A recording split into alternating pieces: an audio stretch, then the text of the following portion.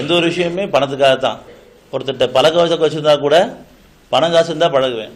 அப்படி இல்லைன்னு சொன்னால் அவன்கிட்ட பேசி பிரயோஜனம் இல்லை, பைசாவுக்கு பிரயோஜனம்னு சொல்லுவோம். பைசாவுக்கு பிரயோஜனம் இருந்தால் நான் பேசுவேன், இல்லை பேச வர அர்த்தம் இல்லைன்னா அதை ஒரு தரக்குறையாக நினச்சிக்கிறது. இவங்கள்ட்டெல்லாம் நம்ம வந்து சம்மந்தம் வச்சுக்கூடாது, ஏன்னா இவங்க நம்மகிட்ட கேட்டு வந்துடுவாங்களோ, அந்த மாதிரி உலோபித்தனம் இருக்குது. நமக்கு இறைவன் கொடுத்ததெல்லாம் உங்கள் தேவைக்கு போக மீதமானதை தேவைப்படுறவங்களுக்கு என்னுடைய பொருத்தத்தை நாடி கொடுத்துட்டு வாங்க.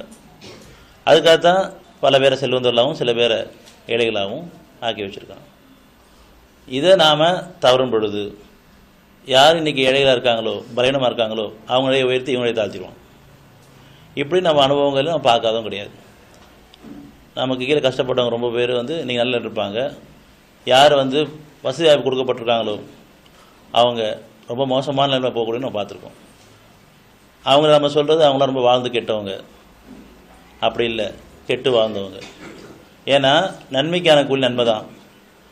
இறைவன் நமக்கு நல்லபடியாக கொடுத்துருக்கும் பொழுது நான் அதில் பெருமை கொண்டேன், அதில் இணை வைக்கிறோம், அதை வீண் விரயம் பண்ணுறோம், அதில் கஞ்சித்தனம் பண்ணுறோம். அதன் காரணமாக கொடுத்தது திருப்பி அது அளிக்கப்படுது. அப்படிப்பட்ட எத்தனையோ கொடு செலவை பார்த்துருக்குறோம். ஒரு நாளில் பிச்சைக்காரன் ஆயிடுவாங்க. ஆனால் அதே மாதிரி ஏழையாக இருக்கக்கூடியவங்க ஒரு குறித்த காலத்தமிழில் செல்வம் அளிக்கு மாறி மாறி வரதுண்டு. அதனால் நாம் ஏழை பணக்காரன் பார்க்குறத விட, வயதானவங்க சிறியவர்கள் பார்க்குறத விட,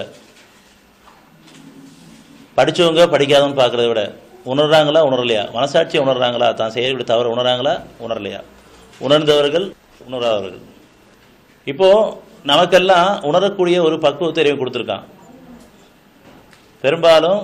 பெரும்பான்மையான மக்கள் அவங்களுடைய வாழ்க்கையை பார்க்குறதில்ல. அடுத்தவங்க வாழ்க்கையை பார்த்து இந்த மாதிரி நானும் சீக்கிரம் முன்னுக்கு வரணுங்கிற அடிப்படையில் பொருளை மட்டுமே இலக்காக வச்சு போகும் பொழுது நம்ம மனசாட்சியை எழுந்து தான் நம்ம வாழ்ந்துட்டுருக்குறோம். எப்போ நம்ம மனசாட்சி எழுந்துட்டோமோ நம்ம வாழ்கிற வாழ்க்கையே கிடையாது. காரணம், நான் அநியாயம் பண்ண ஆரம்பிச்சிட்டேன். ஏன்னா மனசாட்சியோடு வாழ்ந்தால் வாழ முடியாதுன்னு நான் நிராகரித்து போயிடுறேன். அப்படி நிராகரித்து போகும் பொழுது நம்ம நிலை தாழ்ந்து போகுது.